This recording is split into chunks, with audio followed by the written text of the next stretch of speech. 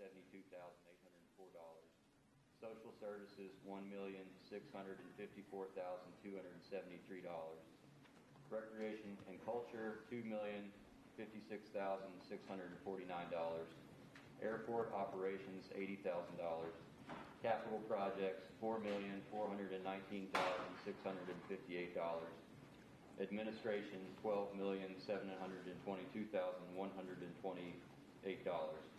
For a total general fund of $45,146,774. Road fund, roads, $3,216,075. Capital projects, $100,000. Administration, $1,297,895 for a total road fund of $4,613,970.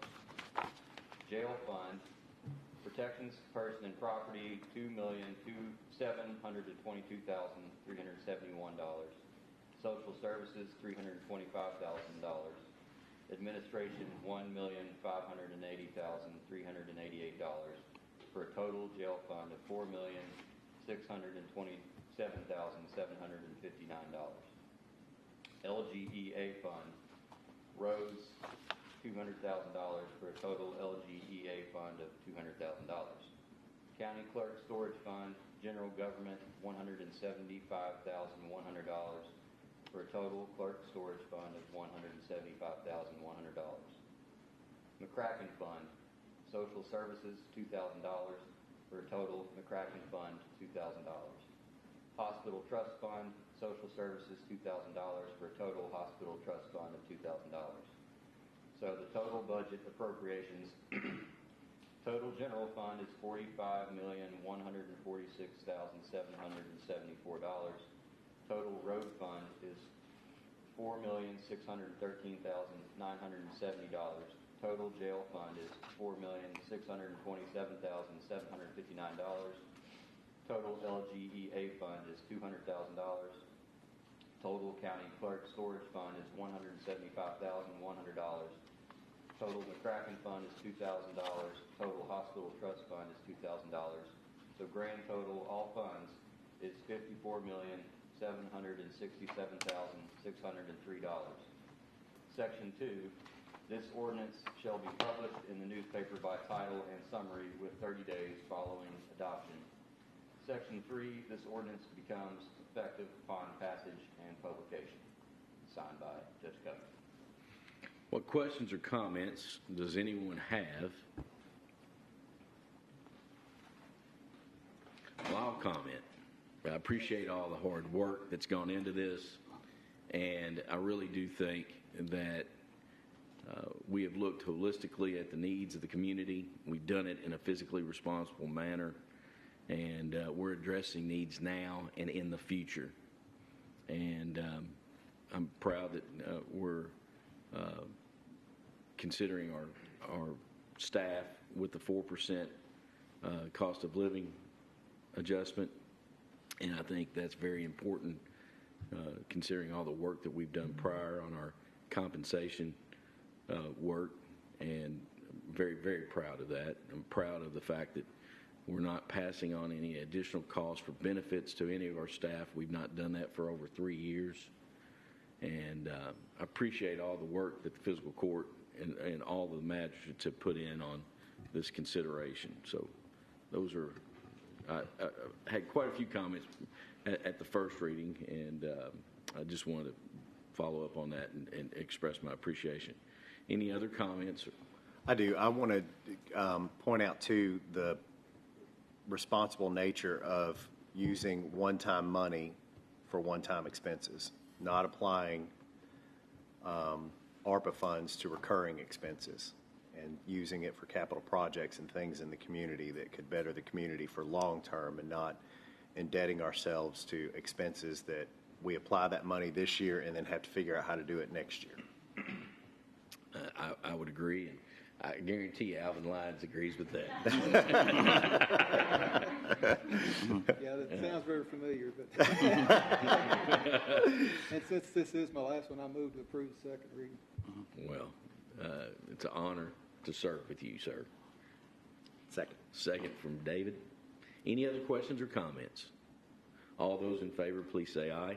Aye. Any opposed? Motion passes. With that said, is there a motion to adjourn from our special called meeting? Motion from Dwayne Ellison. Second from Chad Wallace. All those in favor, please say aye. Aye. Any opposed? We are adjourned. With that said, that concludes our special called meeting. Now we will move to our regular work session, and our list, I've got several things on the list. The first thing I want to do is celebrate. We didn't have everybody here on Tuesday. We're missing Rick, but with the saying, Rick's out and couldn't help it.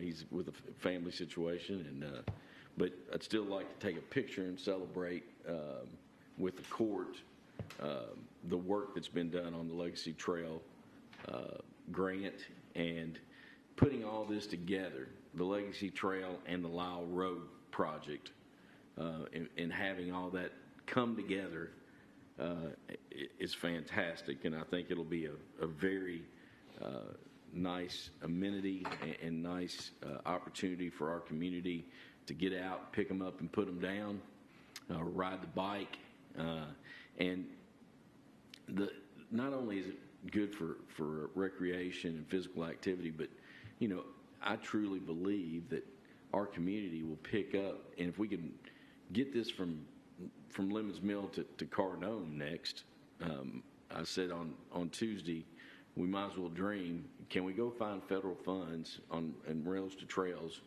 to help us get it from Cardone to Stamping Ground? And I think that would be tremendous for that town and that community to be connected, and just the economic development prospects of businesses, restaurants, and such, bike rental. It's real, and it is a real economic thing. And from what I've been told, bike, we had and kudos to Lori Saunders and all her team. We had a great Horsey 100 over the past weekend, and they spend a lot of money. They buy a lot of food, hotel rooms. But if we had this type of trail that went, all the way into Stamping Ground, it would truly be great. But just having it let's not get ahead of ourselves. Having it just get to the Lemons Mill, Lyle Road area is fantastic, and we're going to have a nice facility there, trailhead. And I think we ought to celebrate that. I'd like to ask everybody to take a picture with me. So we've got that down there. JR, you slide up here and be a part of this, because you've been right in the middle of all this Lyle Road stuff, and you're going to be in the middle of this Legacy Trail stuff too.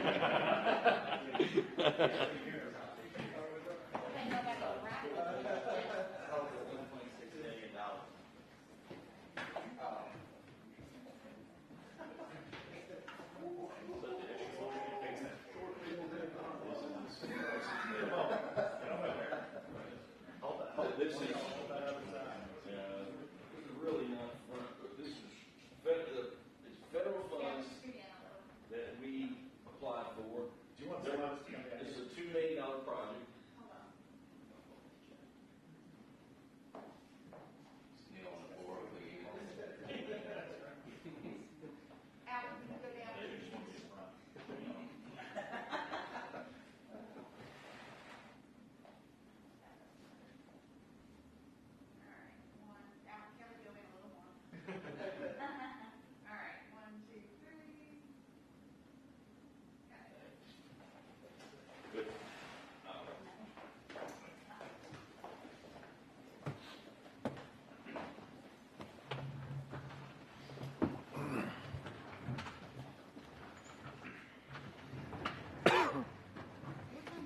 Just to remind everyone, the Legacy Trail grant that we applied for to extend the trail from the horse park to the Lemons Mill Elementary Lyle Road area there is a federal fund, federal funds that are administered by the Kentucky Transportation Cabinet, and it's Transportation Alternatives Program is what the grant program is. it's an 80-20 grant that we had applied for, and 80% or $1.6 million is from that federal fund, and then the remaining 20% will come from us. And it's money well spent in my mind. Money well. Money coming from the governor or something? Is that not in the grant? Well, I mean, the governor, he awarded checks to the county as well as the city of delivered. Georgetown and the city of Sadieville. Right, and that one, I thought one was tied to the police. That one there, that one there. That one. Yeah, He just looked back on. yeah. Mm-hmm. I just want to comment, this is a great thing, but I still have serious concerns about bicycles being in that tunnel. I haul grain into that granary out there at times with trucks, and that is not a good place to have bicycles. So just, I hope they will continue to look to it for an alternative to that route. I appreciate that, and I really think that the tunnel, on one end, you could have essentially a warning that if you push I've seen them and I've used them, where you push a button and it flashes a warning light for 30 seconds, a minute, as people come through the tunnel, and then it goes off. I think that's something we can consider. And I do know, though, and I do feel strongly that having people on that trail is safer than having them on some of our roads. But I do think we need to have professionals look at every option and have safety at the top of the list when we're considering it. Judge, I was in a meeting with Kim Rice yesterday, and she has got a meeting scheduled with the mayor and Andrew next week to look at applying for what we would call phase 2, but the next section of the grant, which would be a city application to run it from Lemons Mill out to Cardone, and then what you referenced is, I guess, would be phase 3 or the third leg of this deal. To go to stamping ground. So, and that's totally me. And just but it's moving forward. No, in my mind, if you're going to dream, let's dream big and do it. So. Really neat of those rail to trail deals up in, especially like northeast Vermont, Maine. It's awesome. I think I saw Harlan. some pictures when I was up there. Yeah. Eastern Kentucky. Got a lot of rail to trail. Our own Jeff Mudrack is familiar with trails as well. We'll talk about that off. But I'm excited about that, and I'm proud of the Legacy Trail work that we've done, and excited about the prospects. While we're on Lyle Road, JR and I have been out there several times. Some of y'all have been out there as well.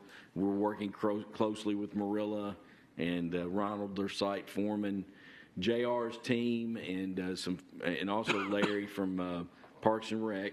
We have seeded, our staff has seeded those 4 fields, and we've got seed on. We got good seed coming up on 2 of them. The second 2 were about a week or so, 10 days later, so the germination period's a little behind, but let's pray for some rain, and that would be very helpful. We felt like we had to get some seed on there just to hold the dirt. So that's been done. And Did we figure out how to water it? Any watering at all? Is there a hydrant? I didn't know if there was a hydrant. there's a fire hydrant out there, but we haven't. It's rained really well on the first 2. We've been lucky. We've been lucky, and we'll. We did not put irrigation on them. That would have been an additional about $75,000 for the first 2, and probably a little bit more for the second 2. So that was significant dollars, and that might be once it gets going, I think it's all right. I hope. Moving on down, there's been, and we have shared requests from the Mallard Point Owners Association in regards to a parking ordinance for commercial vehicles.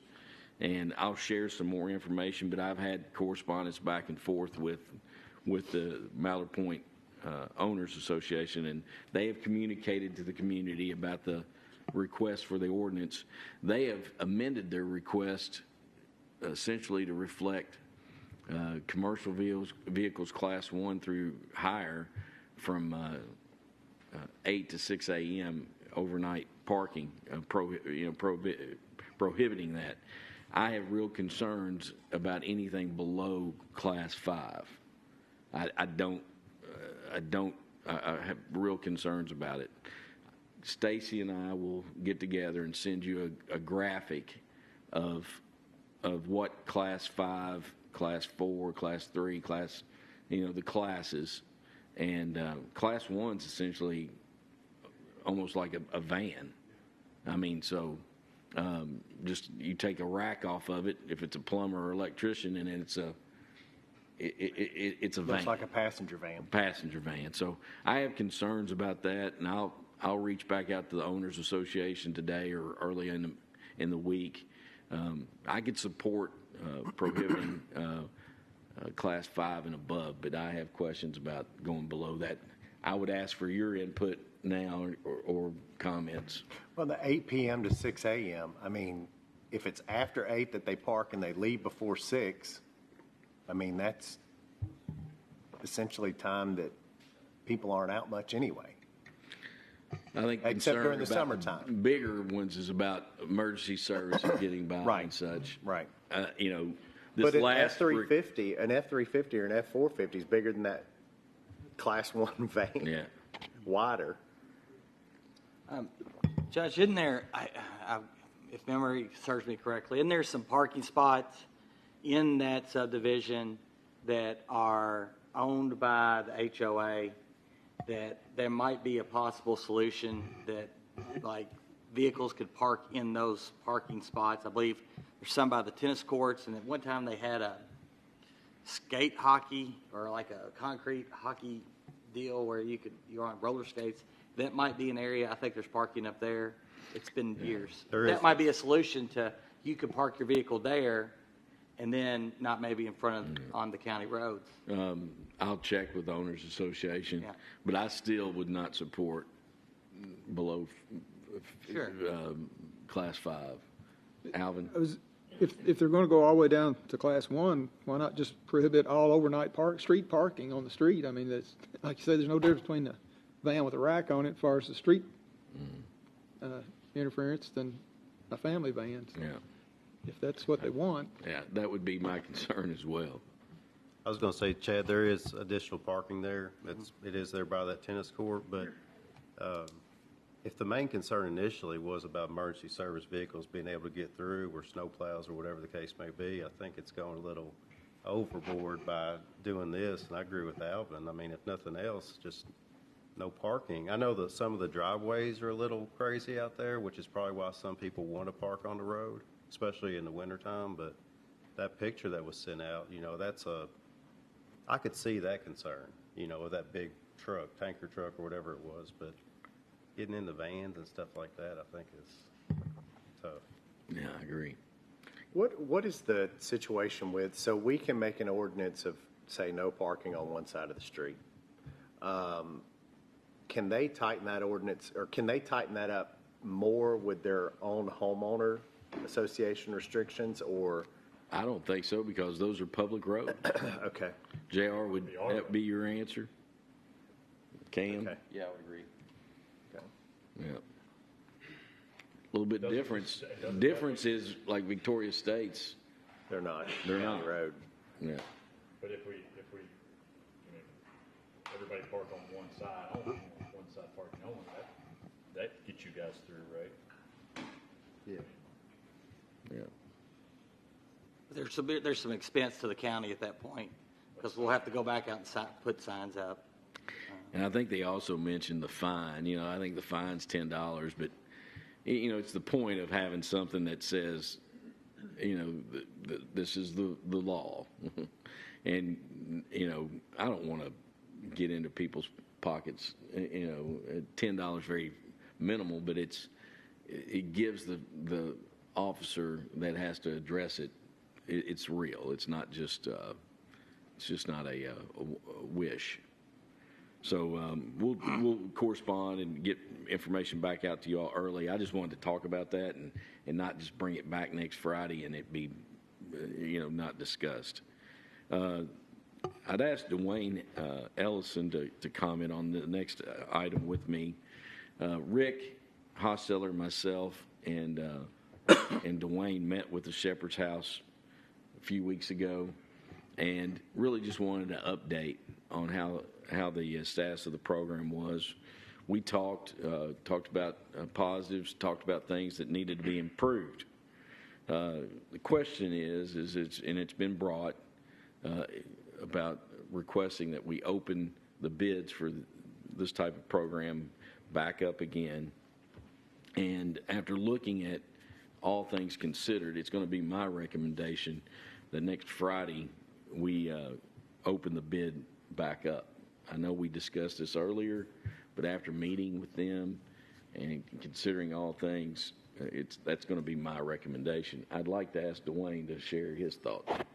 Basically saying they haven't, for whatever reason, and I don't think it's all their issue, there just hasn't been a lot of success as far as getting in there, getting what we sought to have was a lot of people coming in and out of their offices, getting help, especially out of our jail, and for whatever reason, that's just not happening. And out of the court process as well. Right. And right now, the majority of their cases, which are above 10, I think 16, I think about 16 right now, active clients. But the majority of those are from probation, from that area. So that's going to be my recommendation. I'll ask Cam to help me navigate notification. We need to look at the contract, and I think there's about a 60-day window that we need to give all parties. So we'll do that and then go from there. Any other questions about that or comments? All right. Next, Joshua Court Street out in Homestead.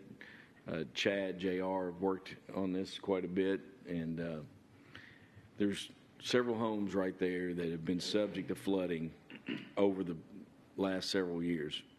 We have worked on and approached some owners of an adjacent property where the water really essentially runs off of a hillside about their interest or consideration of a retention basin easement.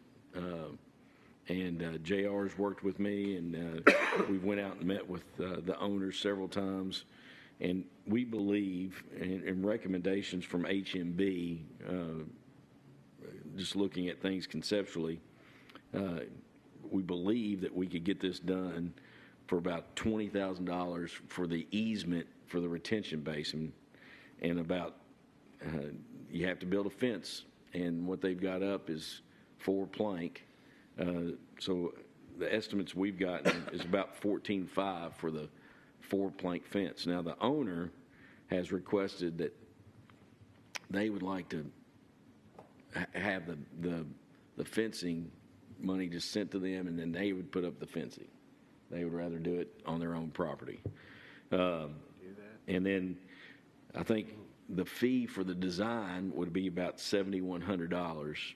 And then I need to get from HMB the total cost for the construction. But essentially, it's about a 2-acre area or thereabouts that we'd be building a berm that would create with a culvert in the bottom that would slowly release the water instead of all the water running down this hill straight into Joshua Court and flooding. The other alternative, going down and changing the stormwater, would be astronomical on cost. So I want to bring this to you all next week for consideration and approval of moving forward. I'll have formal information from HMB that we can share, and I think it's a wise thing for us to do. It's been a problem for a long time. What questions or comments does anyone have about that? Does their HOA pay anything towards this, or are they involved? Well, this is the the berm is actually on the property adjacent outside of the property. And the developer is passed away. Yeah. I mean, I haven't asked the HOA. And there's no bond there, probably. Here's the dilemma I think that we're in is that when the county approved those streets, they approved and took over the streets in that subdivision. We are now responsible for the public water, the storm water. And that's where I have fallen in this issue because I think that is our responsibility. Because we, not this court, but courts in the past adopted that. And when they adopted that, I don't know if there was knowledge, or if there was or there wasn't. Those houses were built, and I believe Ben Krebs has come here. They were below the grade of which they should have been, and that is that's where I fall. It's our responsibility because it's public water that the county, the stormwater that we're responsible for. And if we looked at widening the pipe, the storm drain pipe underneath the county road, that would be what Judge alluded to as a more expensive option than looking at the option for the retention pond. So whose issue is this? Previously, I know we got to fix it now, but this sounds like an issue that planning and zoning completely missed, or when the inspection of the houses being built was completely missed. It's hard to say, David, to be honest with you. So I hate that we have to spend Right. taxpayer money from the fiscal court, but there's no pain from any other department that has to experience it that may have been part of the issue.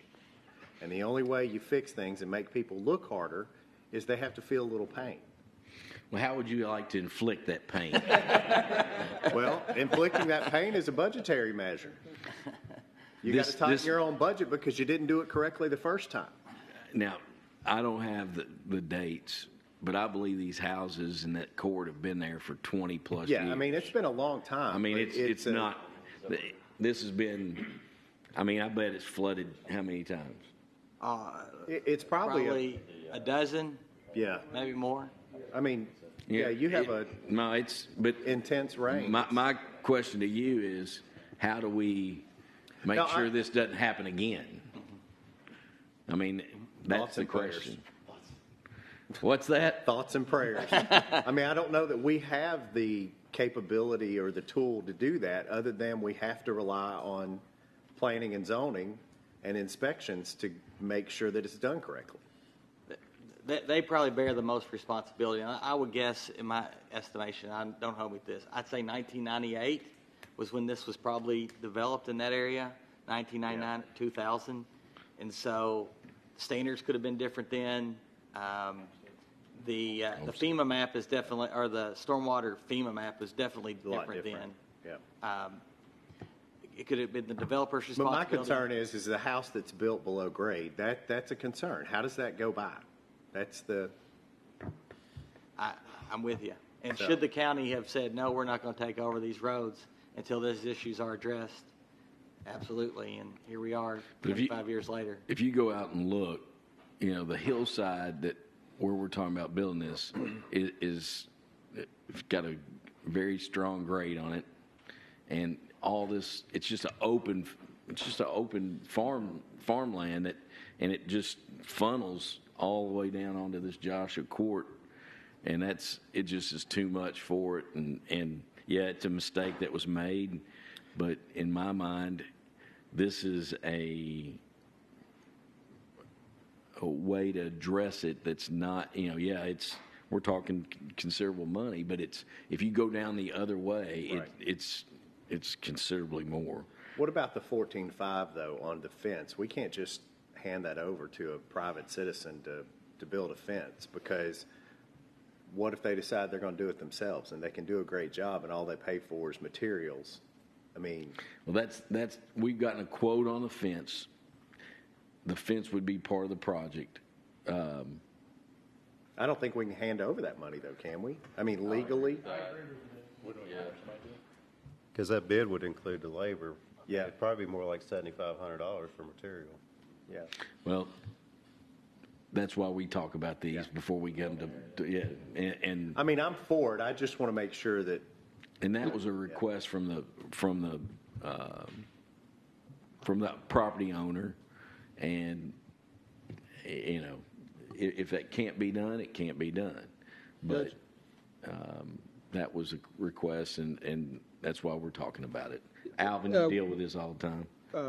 What's the minimum for bid? I mean, would this be required to go to bid? If we opened it to bid, it's 30,000 now. but if we opened it to bid, but the property owner could bid We could. 2, and then that would clear up the issue of, if he was the low bidder, I think that would clear the, That would Well, be I think that's a good idea, but the only problem is in that bid, you're going to require them to be a licensed business, to have insurance coverage.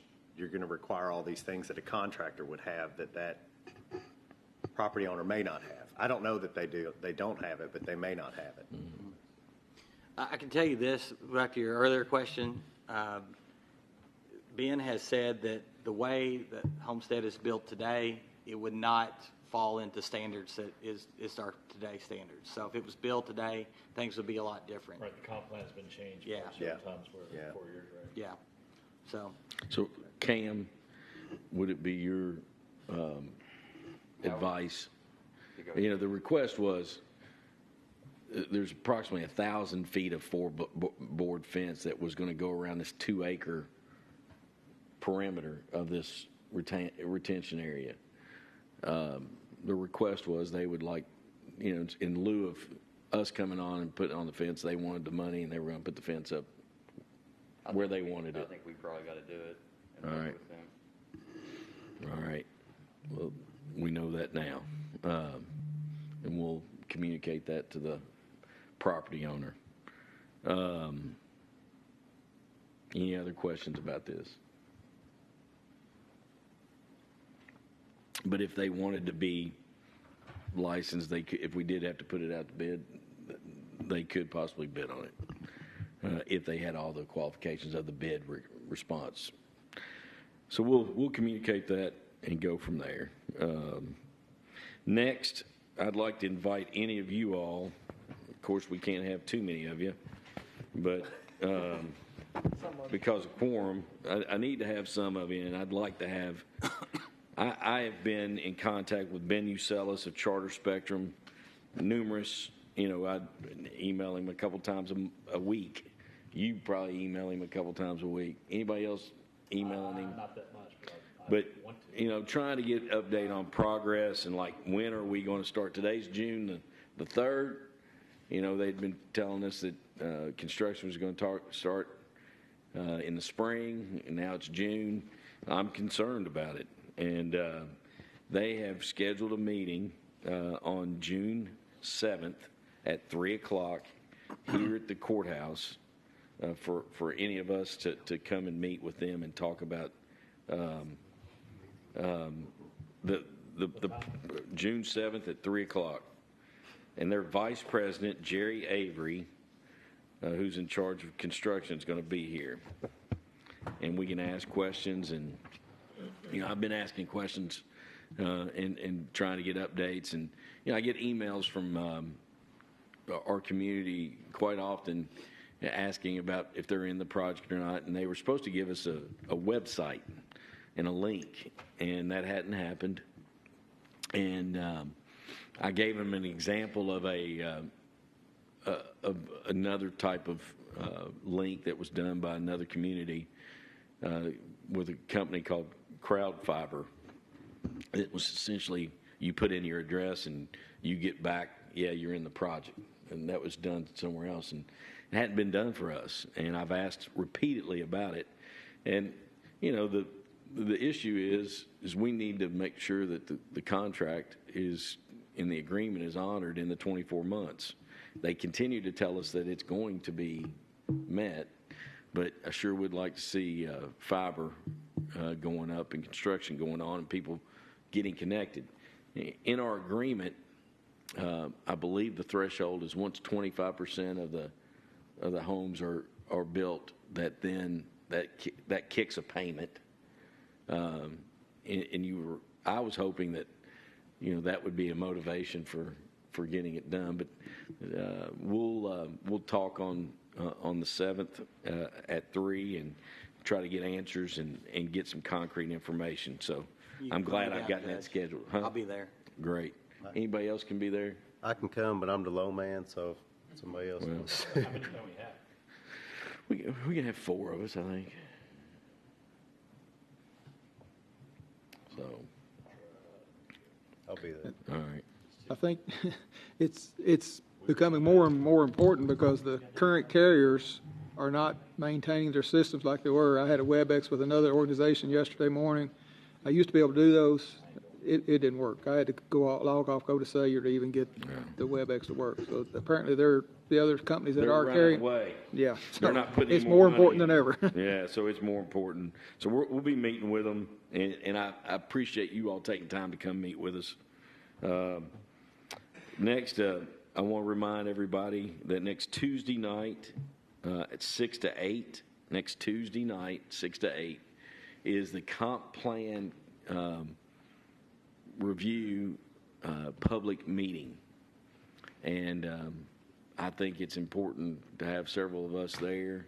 I would ask you to see if you couldn't get that on your schedule. It's Tuesday the 7th, 6 to 8 at the Extension Agency. And just would ask you to try to get there.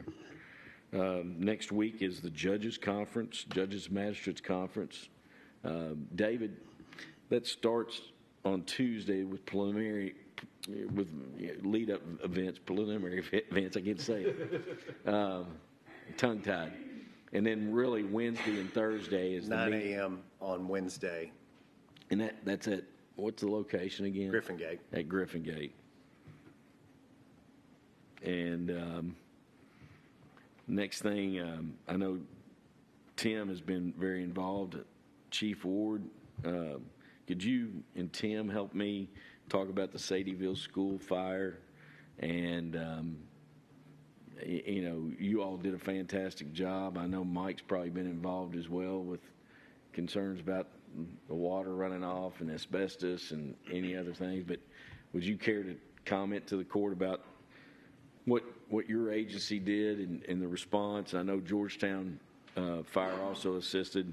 And then, Tim, could you share kind of where we're going with next steps for safety purposes? Yeah, thank you, Judge Masters. Like everyone knows, they had the fire there, but, I want to commend Assistant Chief Canavy and the Sheriff's Department on the, quick response and action on, getting the ones responsible for that, taken care of. But guys did an excellent job. Large volume of fire when they arrived, and to keep it out of that gymnasium area was great.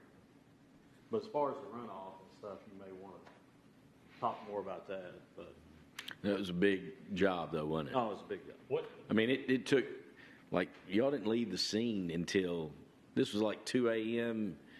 when the call came out, and Probably, yeah. y'all didn't leave the scene till up in the afternoon next day, maybe? Yeah. Then we've been back. JR was a big, tremendous help for us. As always. As always, yes. Yeah. What did they decide? How'd they start it? How'd they get it going?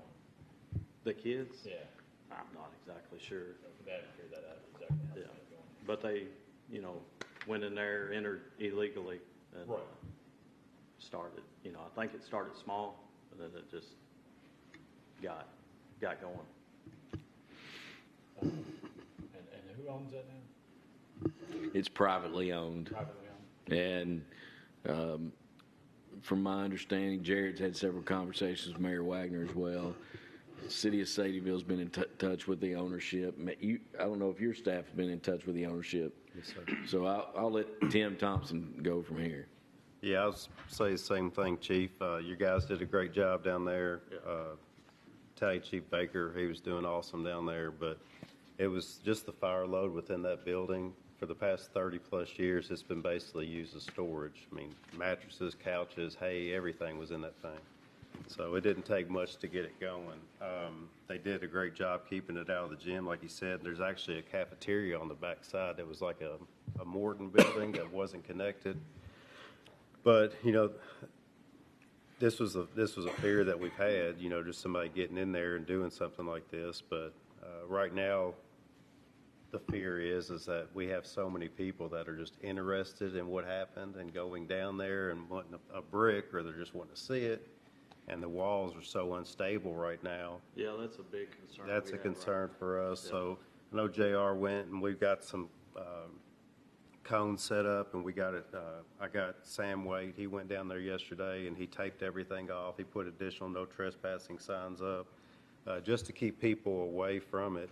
But we're in the process right now of getting some bids just to try to get the walls knocked in, just to kind of see what that looks like. Because that's the biggest concern for us right now, is just those walls, Yeah, they're very unstable, And the last thing we want is kids from the community wandering up there and, getting hurt. So the goal is to get a couple bids to get pricing for just pushing it all down and pushing it into a pile. Yeah, I'd like to get bids just to kind of see what it would take to just mitigate the issue right now, but then also to see what it would be for the entire cleanup, to kind of give us two different costs. Sure. A lot of times, I think you and I mentioned yesterday talking about this, the rollout and getting everybody on site is as big a part of the cost as. Yeah, the big thing, and that's the thing, is if you have them come in and just push in, then you'll have to pay for that to come back in again, for them basically to haul in their equipment. So, and maybe, I know Jared and I were looking at going to a brownfield grant meeting here shortly, and I don't know if now that would still be of assistance for us. We'll find out, but it's I'm just glad nobody got hurt. The fire was crazy, but they did a great job there. And the concern on the brownfield is that there are old underground storage tanks for fuel oil, and that's real, and it's not going away. So, be a consideration as well. Any other questions or comments about that? So is the county leading this charge, or is this the city of Sadieville? City of Sadieville has been, engaged. I've just wanted to make sure that we provided assistance and wanted to be involved in knowing what was going on and trying to help in any way we could. Right. Yeah, and Mayor Wagner's been working, with us for a couple of years now to try to figure out a solution. The problem is, with something of this extent, Sadieville Stamping Ground, they're just not going to have the resources to do something like this. Any other questions? John, thank you. Thank you all. Mike, Jared, be on that brownfield stuff. JR, thanks for helping with the warning signs and such. With that said, I don't have any other business to present. Anyone else have any business? Any update on the federal building? On the Justice Building, we have successfully turned in what's the findings of fact and what's the COL? The Conclusions of law. conclusions of law and findings of fact. I think those were submitted yesterday. And those were submitted. We have asked for a response from the attorney for the property owner, and I think gave them a reasonable time to give us feedback. What that does is the actual 30-day clock starts ticking. They have 30 days for appeal. There are two parcels that are part of this consideration, and the one parcel is essentially a hole. It's a vacant lot that is really a hole, but that's where the building will sit. We would like to move forward with demolition, site prep, all those things as soon as possible. The question is you've got 30 days for appeal, and even if it's appealed, we can move forward. We feel very strongly that our case is strong and that we've done what's appropriate, done our due diligence. The property owner even admitted on the stand that we'd acted in good faith and been transparent. There was no fraud or any of that, and that is really what to have this turned over. They would have to show that, and they've admitted on the stand that we've been in good faith. So, Is it more about the price that they're getting? Is that the argument? and the argument is that they've argued the taking was excessive, that we didn't need it, and we have shown and demonstrated in the court. The Judge Doherty agreed that we've been appropriate and what we're doing is appropriate. So, in following, everything follows the administrative office of the court's program documents, and what we have done is all in the program document guidelines. Question? Do we know how, when this all starts, if it will affect traffic on Broadway? I do not believe it'll impact traffic on Broadway. I mean, it'll impact it, but not where you'll have to shut down the We road. won't have to shut down Broadway. And what about cost of construction?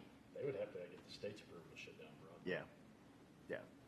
Cost of construction, just like everything else, it'll have to mean- go to bid, and once it goes to bid, then we'll hold our breath and see where it goes. Okay.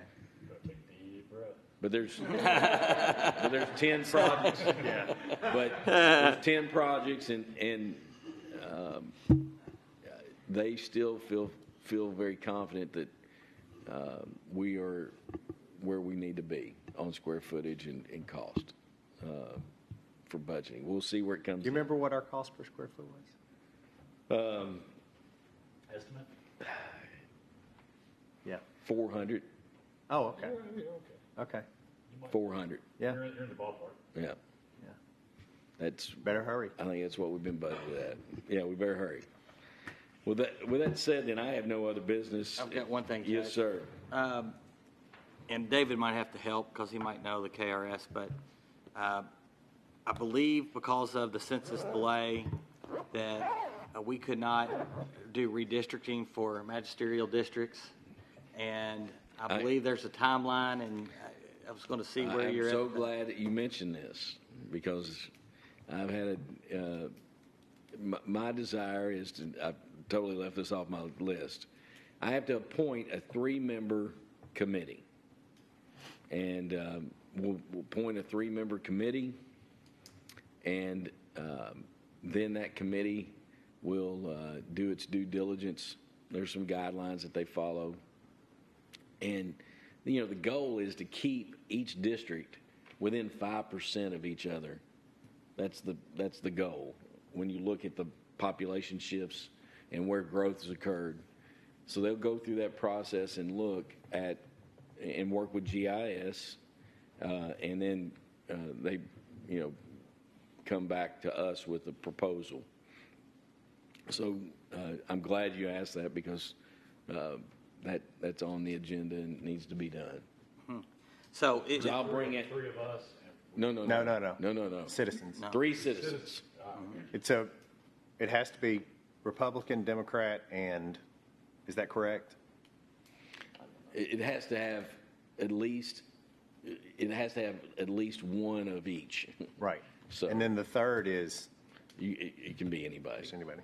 You can have 2 Republicans and a Democrat. You can have 2 Democrats, Republican, but it can't be all of one. So, but the law is that we have to have it, I think, done by the end of this year. Yeah. To have the districts redone. yeah. Okay. But I'm glad you asked that. I appreciate it. But I don't think it goes into effect until after After. term After. served, which would be 2026, 27. Yeah. Yeah. Yeah. And then we'll be 3 years away from another census.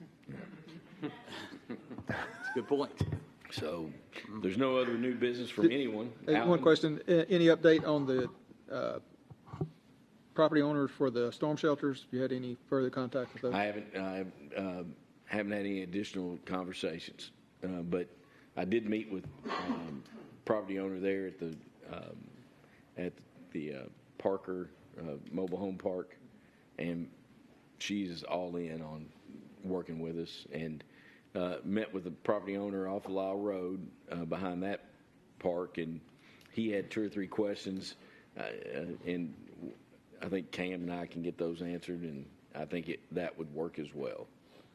And Great Crossings Dam, any updates on that? No updates on that as right now. We need to circle back to the, I guess, the company out of, Jared, help me remember the name of the company that we were looking at the feasibility study with, that Strand referred us to. We'll have to circle back to that. Yeah, sustainable streams. That's what it is. So, any other business from Tim Thompson? I just have a quick question. When you talk about moving as quickly as possible for the demo on those properties, what is that timeline looking like? For just curiosity, if maybe the fire, police, sheriff could use. Chief John Ward has asked about that, and we would be open for any of that for training purposes. The speed of that thing, I couldn't imagine if we had the order today, it would take a couple months to get everything mobilized, and so we got time. Training date. So, anyone in our audience have any business? All right. With that said, then we will close our meeting out. I've been on a 2-week hiatus. I thought you wanted, you actually got it. I did. Grant sent me a text.